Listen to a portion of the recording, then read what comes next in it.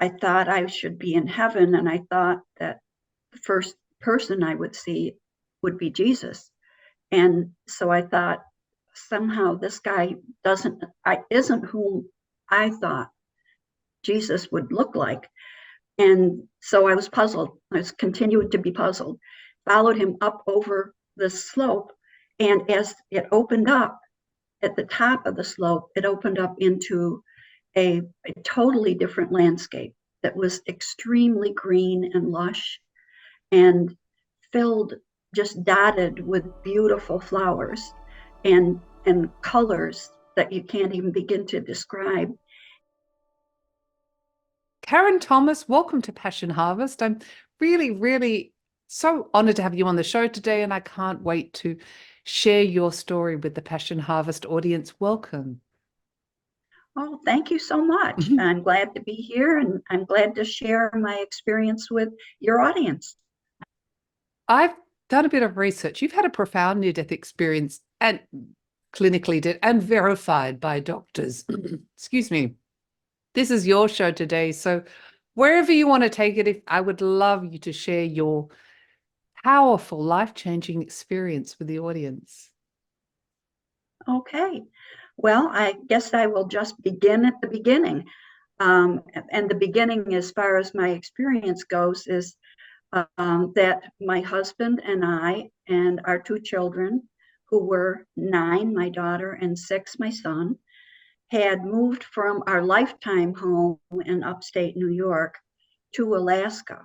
And where I was working as a physical therapist, and my husband was working as a machinist. And I injured my back, a second injury to my back, and was a laminectomy that had happened prior.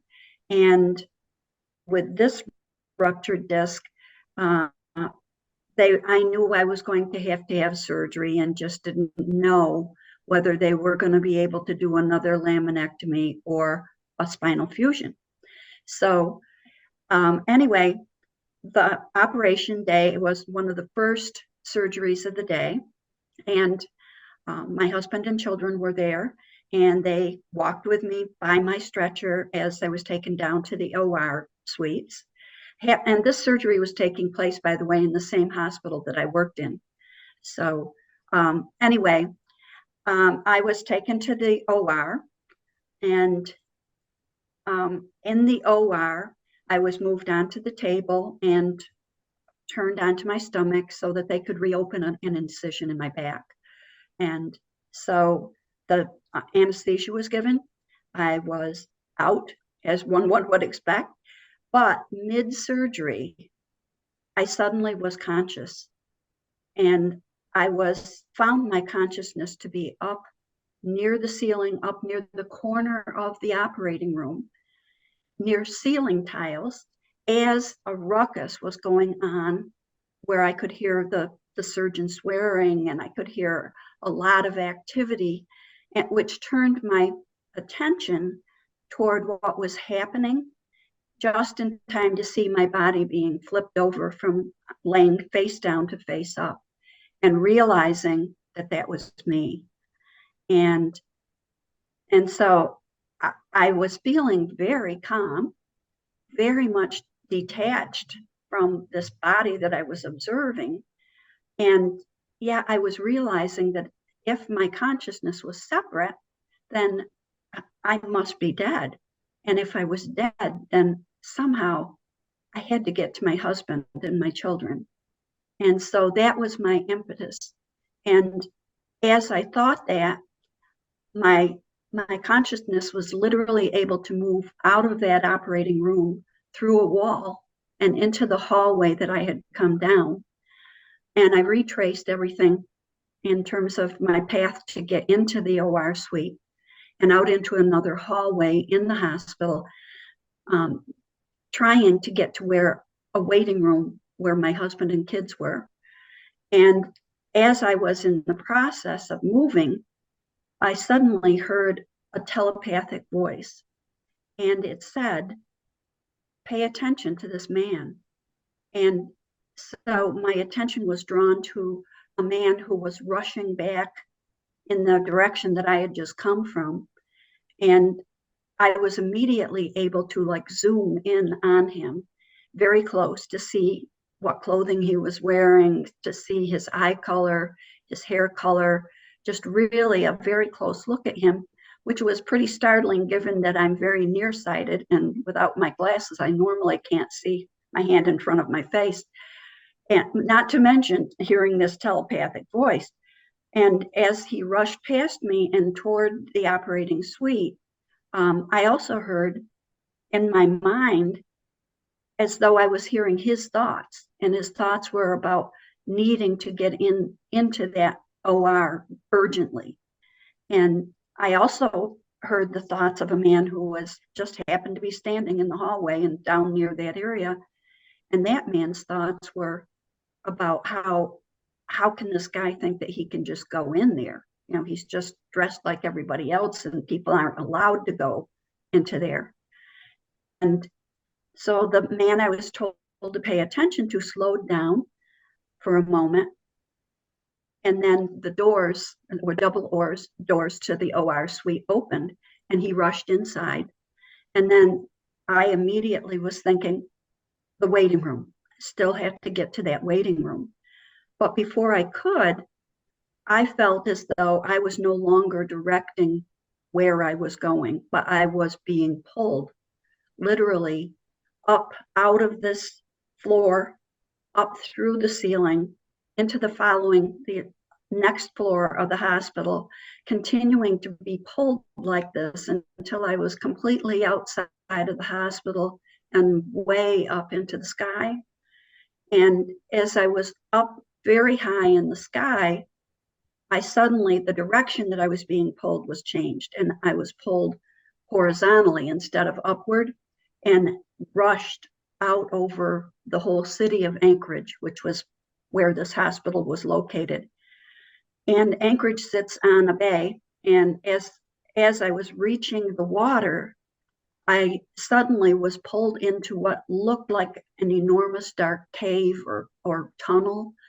And once inside this tunnel type thing, it was extremely dark, but I went from moving quickly to moving extremely fast. And I saw nothing but darkness for a while until I saw a pinprick of light in the far distance. And yet at the speed that I was moving, this light pinprick of light became bigger and bigger and bigger because I was approaching it that fast. And I just, as it got too huge to take up the entire entrance, I just burst right into it. And as I burst into this light, in addition to the calm and peace that I had been feeling all along, I suddenly was filled with this enormous sense of huge unconditional love and peace and joy and bliss, and just adjectives don't even begin to describe this feeling of how it changed. And yet I thought, as I burst into there and into this huge light, where am I? And so I thought, well, to look down for some reason. And as my attention was drawn down, I noticed just brown, rocky, very arid looking ground. And I thought immediately, oh, I thought I was going to be in heaven, if I'm dead. And is that where I am? This is bizarre. It didn't seem right. And then another telepathic voice spoke off to my left, and it said, follow me. And so as my attention was turned that way, I saw that there was a man who was climbing up out of this area that I had come out into. If there was like a slope to come up and out of it. And I was immediately just a few feet behind him. And so I was examining him pretty closely from behind, and noticed that his hair was almost black, that he had it tied back with a piece of leather, that what he was wearing was like just kind of an off-white, simple toga-like garment, and came down only about midway on his thighs, and it was tied with another piece of leather. And then on his feet, he had sandals that tied crisscrossed up his calves and tied off below his knees. And so again, my thought was, well, I thought I should be in heaven, and I thought that the first person I would see would be Jesus. And so I thought, somehow this guy isn't whom I thought Jesus would look like. And so I was puzzled. I was continuing to be puzzled. Followed him up over the slope, and as it opened up at the top of the slope, it opened up into a totally different landscape that was extremely green and lush and filled, just dotted with beautiful flowers and colors that you can't even begin to describe, and the grass and the flowers, and in the distance there were trees. Everything that I saw had this same brilliant light that I had burst into within it, and also emanating light out, as though everything I was looking at was alive and filled with this light. And the man that I was told to follow, I thought of, well, he's guiding me. And he had gone on ahead and spoke again for me to follow him. And I was instantly behind him as he was standing on the bank of a river. And this river was just beautiful, glistening, clear, but sparkling like diamonds, and giving off this same light, and just the most gorgeous water. And on the opposite bank, I began to see my deceased relatives. And the first was my father, who had passed away when I was 7, and my brother, who had been killed in a car accident. But they were in the midst of a huge group of family members, and several of them I recognized as uncles or aunts, cousins that had passed away. And there were also 4 that I knew I should know who they were. It was this feeling of, I should know these people. And as instantly as I thought that, I had the realization, oh, these are my grandparents, because all 4 of my grandparents had passed away before I was even born. But I somehow knew that's who they were. And everyone was so thrilled and happy to see me as I was to see them. And it was like, oh, this is so wonderful. I can't wait to be with them. And yet my guide said, no, we have to go somewhere else first. And so I was really disappointed, but I wasn't steering myself through any of this part of the experience I was having. I was being drawn. And so I continued to be drawn with my guide down until the river curved. And around this curve was a huge opening.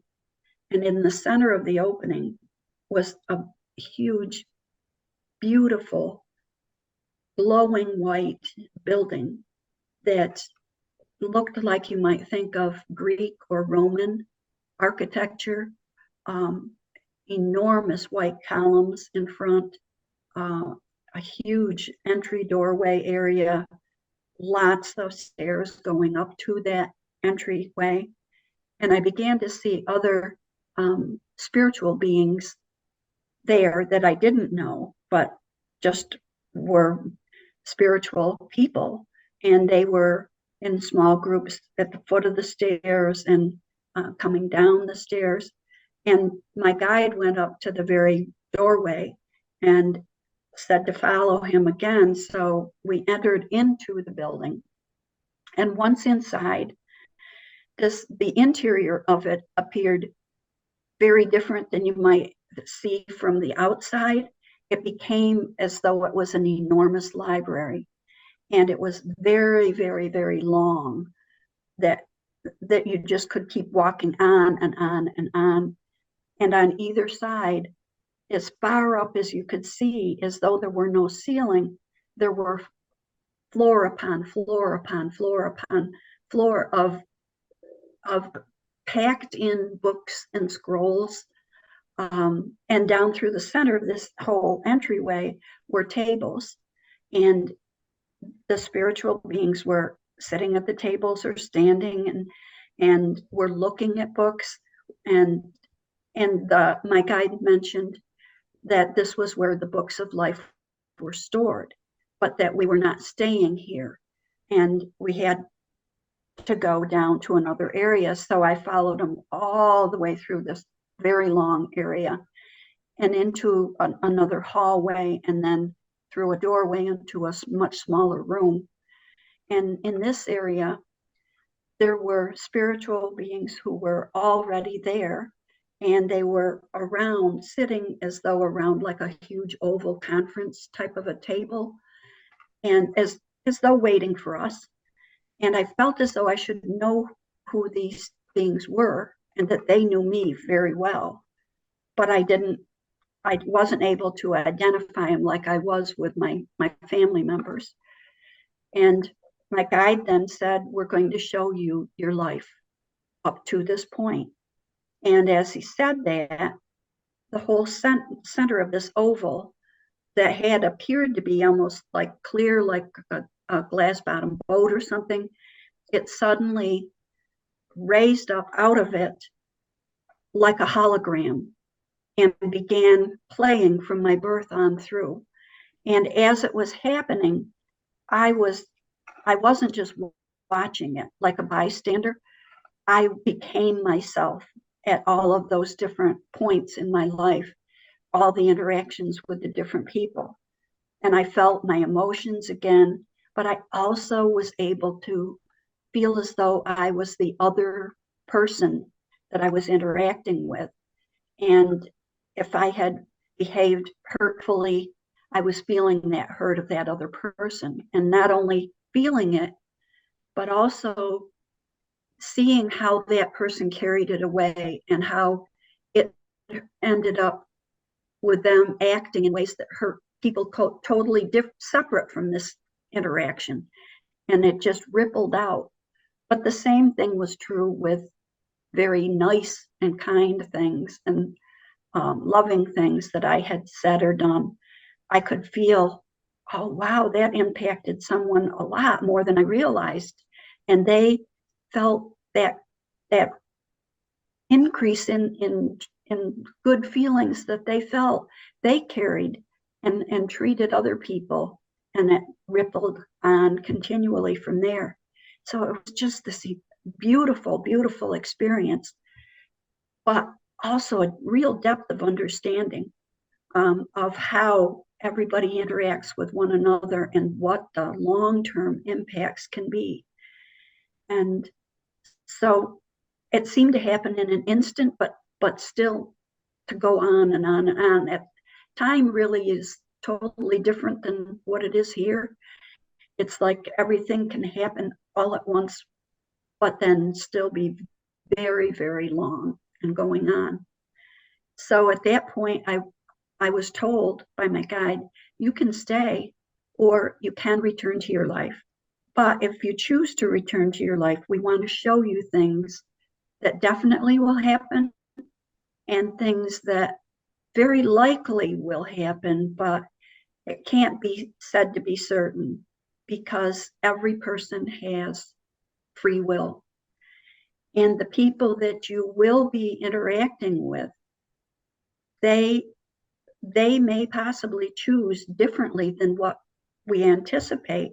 And so this entire event may not even happen or may not happen in this way. And so then they showed me all of this. And at that point, I know that something else happened because there's a gap in what I'm remembering. And I am instantly in a totally different room with my guide, a much smaller room. And my guide is saying, I want to show you the prayers of people that you asked to pray for you, that you wouldn't have to have this spinal fusion. And so off to my right I saw what looked like musical notes on a score. And, there were whole notes, there were quarter notes that were darker colored. And instead of being like going horizontally across the score, they were one note at a time, linking upward and coming closer and closer to where we were. And my guide said, every prayer has its own unique vibration. And though I didn't hear sound, I wasn't hearing music, I just saw these prayers represented as though they were musical notes. And then my guide said, I also want to show you what's happening in the hospital waiting room. And so off to my other side, to my left, I looked, and it was as though there was no ceiling in this waiting room. And I was looking from above and seeing my husband standing at the door with the doctor who had operated on me, and my two children sitting behind and toward a small couch that was in this room. And I saw that my daughter, who was frantic and worried that I had died, and that's what that doctor being there meant, was that. And she prayed at that point that I wouldn't be dead, that I would live. And her prayer then became the last musical note that attached. And as it attached and reached where we were, it was as though it was the culmination of everything that then caused me to be able to feel all of my emotion of being Karen, of being my kid's mother, of being my husband's wife, of all of my human emotion. And I knew that the decision I would need to make would be to come back to my life. I did not want my children to grow up without their mother like I had grown up without my father. And so it was set. And at that point, my guide said, you're not going to be able to remember anything about what we showed you of your future, because that would remove your free will. But we will allow you to remember enough of this experience that you will know that it absolutely happened, and will even give you a sign and proof that it took place. And with that, I don't remember traveling back to my body, going into my body.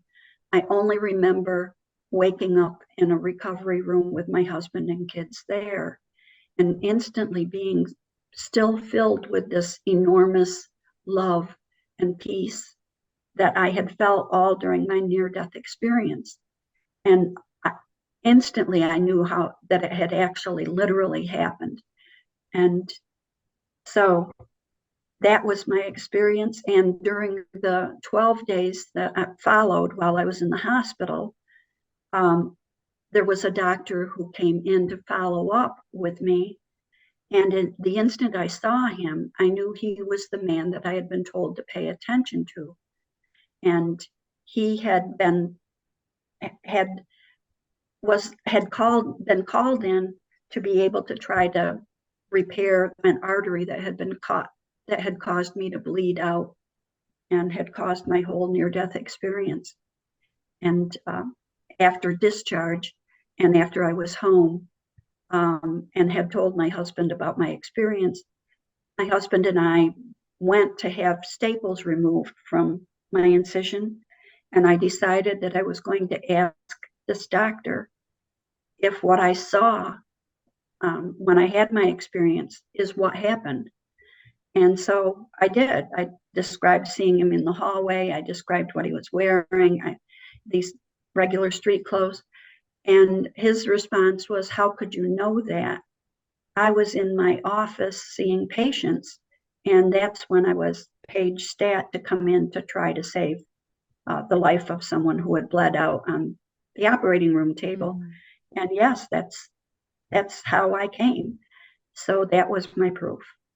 And that's my experience. Wow. Well, I got goosebumps so many times during that. Thank you so much, Karen, for sharing that. What a powerful experience. Do you mind if I ask you a few questions? Not at all. No. So clinically dead and verified by the doctor. I mean, there's so much evidence that consciousness survives beyond the death of the physical body. When you realized you saw your body on the operating table, were you still identified as Karen, or the Karen I'm talking to now? Or it's hard to describe in words, and you did such a good job. Yes, I felt all of who I was. I didn't lose my identity um, as my consciousness was outside my body. In fact, that's why I had that impetus to try to get to the waiting room, because I was very conscious that I was Karen. Mm. And so none of that was lost as my consciousness was outside my body. And we always think in human terms that, of course, your heart was directed towards your husband and your children. You traveled there in thought in some way as a point of consciousness. And it's so interesting that you were able to read other people's thoughts, because really, I guess, all thoughts are not secret.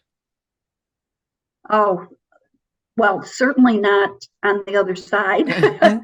But even as I was there, yeah, it just seemed as though, because I no longer was using a body, the whole means of communication was different. And it was all mental, and it was all thought, thought process, but not actually even thought process. It was literally my spiritual being able to communicate completely with other people. And it was almost effortless. It wasn't hard work, this telepathic communication. It was almost like you'd done it before, perhaps. Right. As though I completely knew that was how to communicate, or didn't even have to try. It just was instantaneous. It wasn't like learning another language. It wasn't hard work. It was just known. Exactly. And, I've come to believe that your spiritual consciousness and your bodily consciousness are two very different things.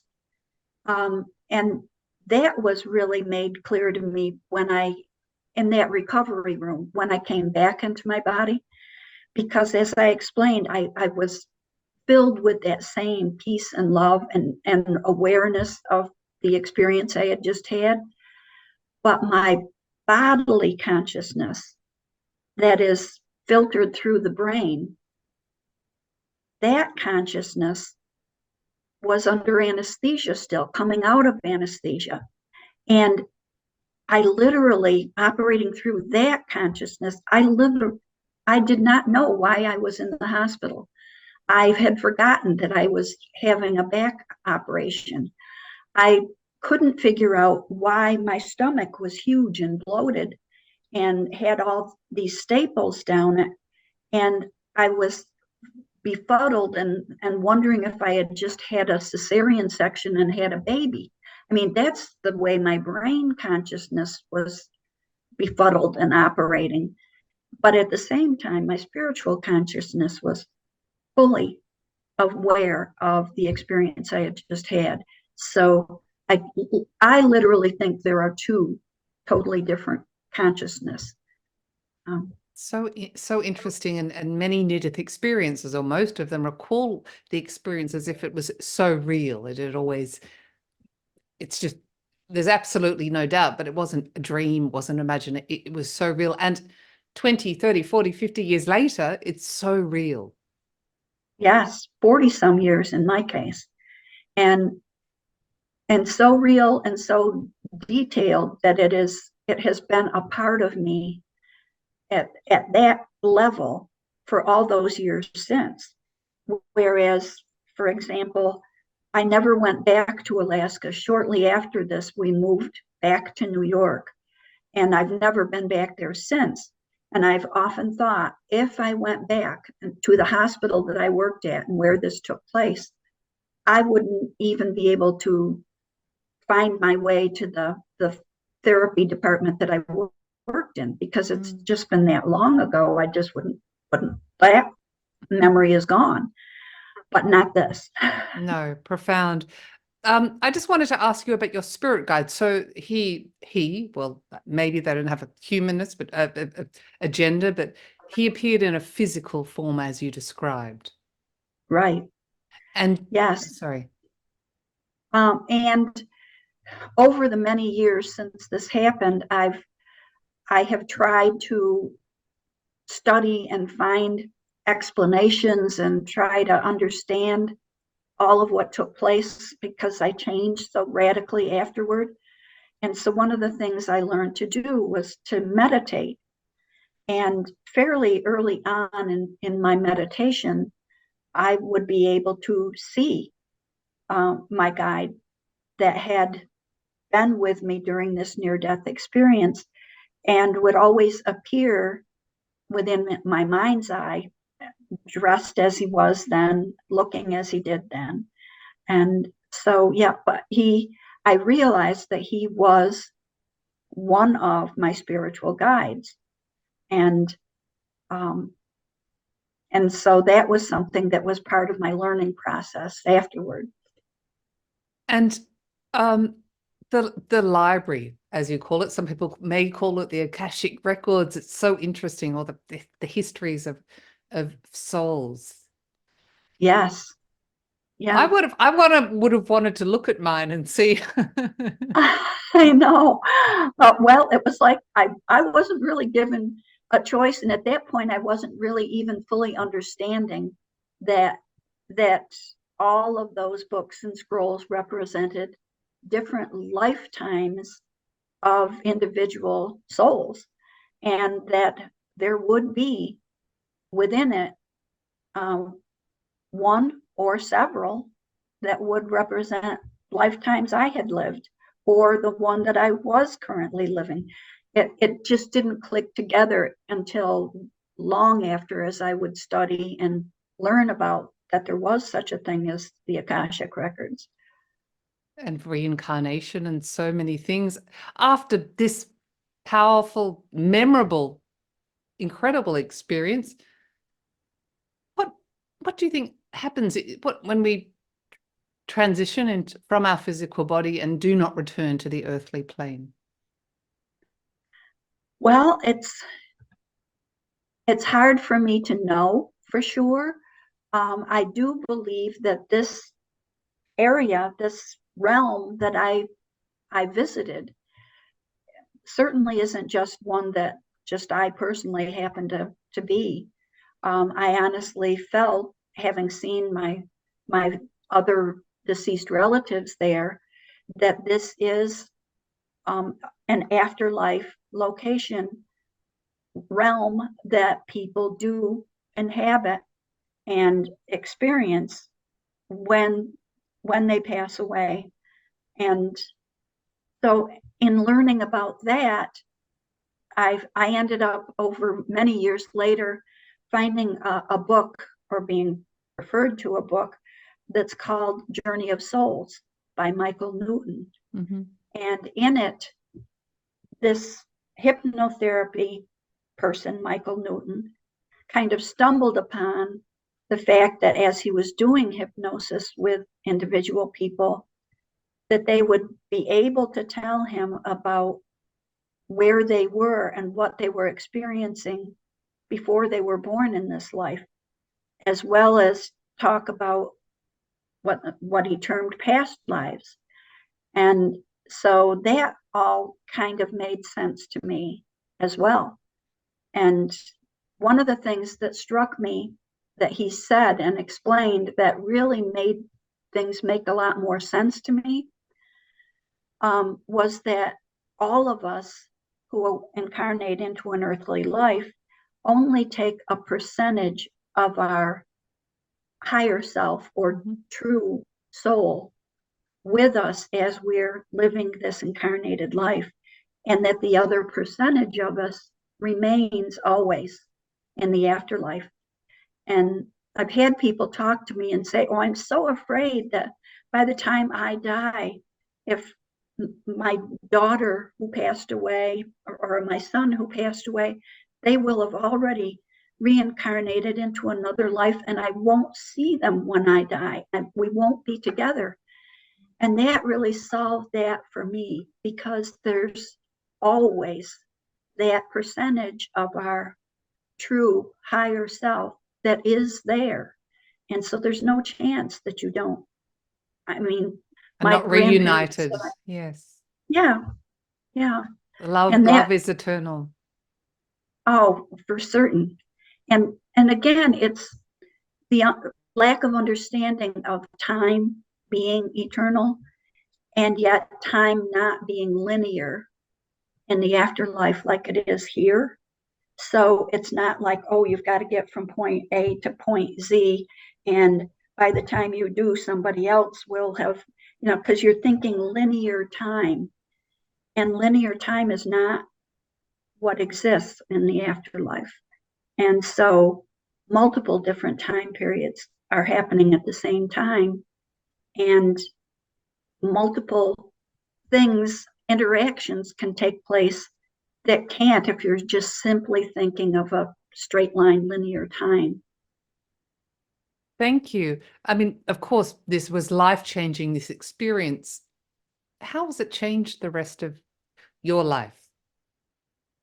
What effects did it have Well, on you? um, it changed things dramatically.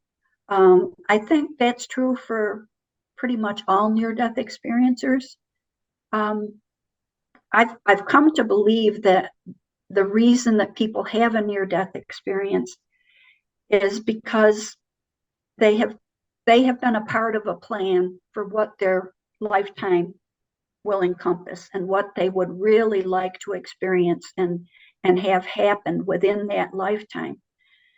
And I think when people are getting way off track of what they had really hoped to accomplish in that lifetime, that that may be the impetus behind a near-death experience taking place, because it always seems like it is a major reset for who the person is when they come back, and how they change, how they behave, and what they do afterward.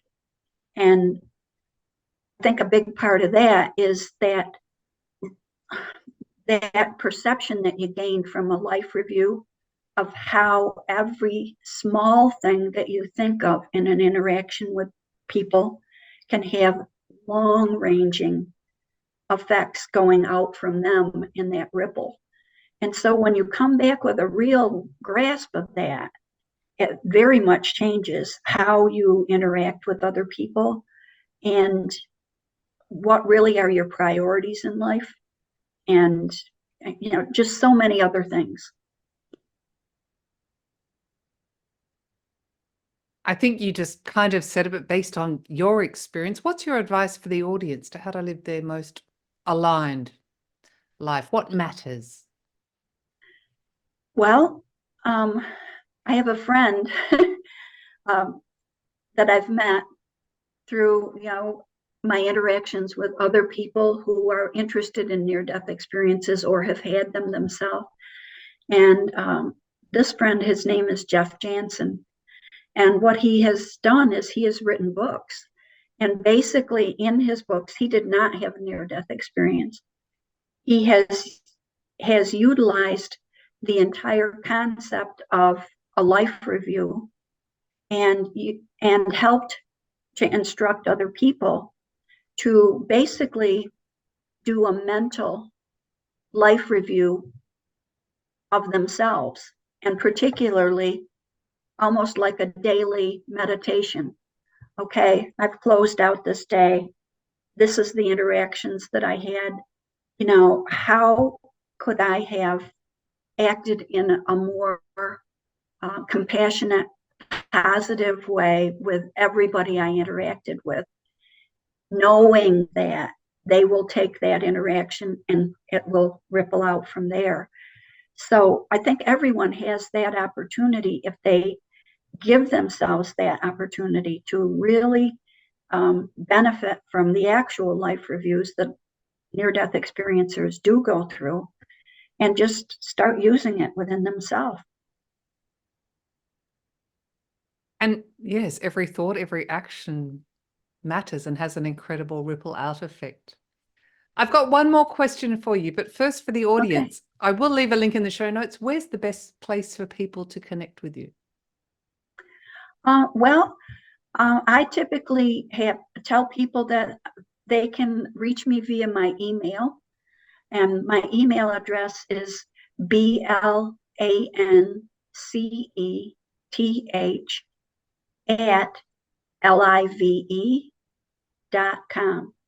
And if they do have thoughts or questions that popped up to them, if they send that email and in the subject line they put "saw your NDE interview" in that subject line, then I'll realize that it is someone who has a genuine thought or question, or just a desire to ask me something, and then I can respond from that. Well, I hope you don't get too many emails, but thank you. Final question. I get this question all the time. You probably do. Many people are afraid of dying. What is your advice? Well, my advice is, I think when people are afraid of dying, what they're truly afraid of are two things.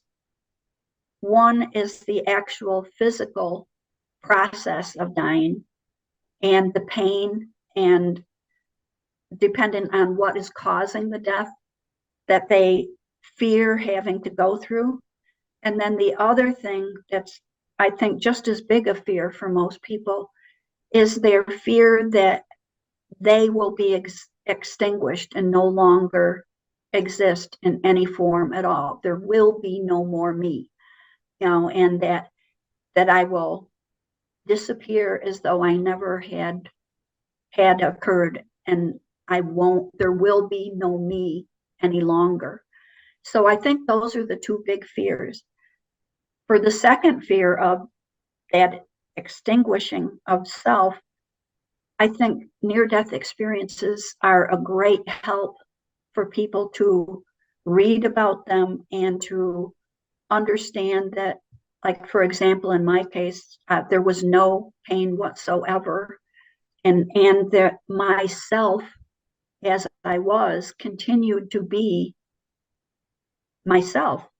And in terms of the physical death pain fear, again, I think sometimes near-death experiences can be of help there, in that many near-death experiencers who had a traumatic thing happen to them that caused them to leave their body, they report that before they felt any sort of pain of the injury, their consciousness had already separated from their body, and they were not aware of that pain. So those are two ways in which it can help, I think. Thank you, Karen. Well, thank you so much for your openness, vulnerability, honesty. Is there anything else you'd like to share with the Passion Harvest audience that I haven't asked you today? No, I think it's been a very comprehensive, questioning. Yeah. There's always different things that people are aware of or think about and concern them.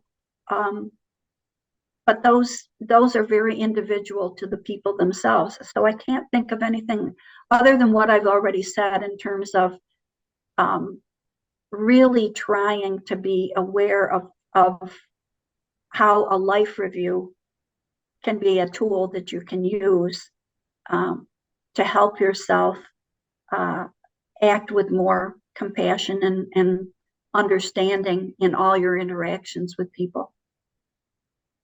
Yes, be kind. Well, Karen Thomas, thank you so much for being on Passion Harvest. It's been my pleasure.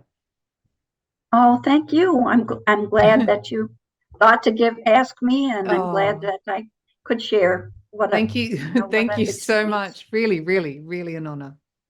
Oh, thank you. Bye, Carol.